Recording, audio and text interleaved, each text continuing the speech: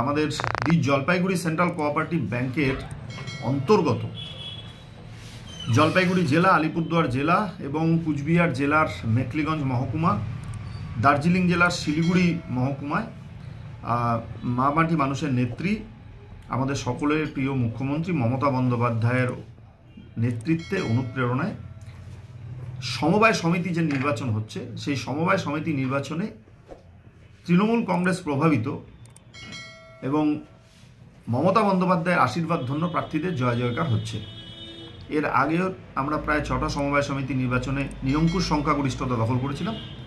আজকে আমরা আপনাদেরকে জানাই আনন্দের সাথে যে আমাদের জলপাইগুড়ি সদর ব্লকের 19পুর সমবায় কৃষি উন্নয়ন সমিতি, যেটা খুব গুরুত্বপূর্ণ, সেই সমবায় সমিতির নির্বাচনে আমরা 6টা সিটে 6টাই আমরা জিতেছি এবং এখানে বিনা প্রতিদ্বন্দ্বিতায় বিরোধীরা কোনো মনোনয়ন এখানে জমা দিতে পারেনি।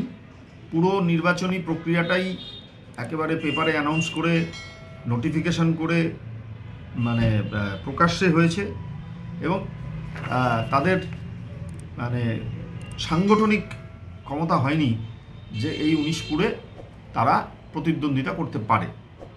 এছাড়াও প্রাণ মজুমদার কৃষি উন্নয়ন সমিতি হলদিবাড়ি ব্লকে, সেখানেও আমরা নিরঙ্কুশভাবে জিতেছি এবং বিভিন্ন যে সমবায় সমিতিগুলো নির্বাচন হচ্ছে বিভিন্ন এলাকায়, এই সমবায় সমিতির নির্বাচনগুলোতে আমাদের এই জয়ের ধারা অব্যাহত আছে।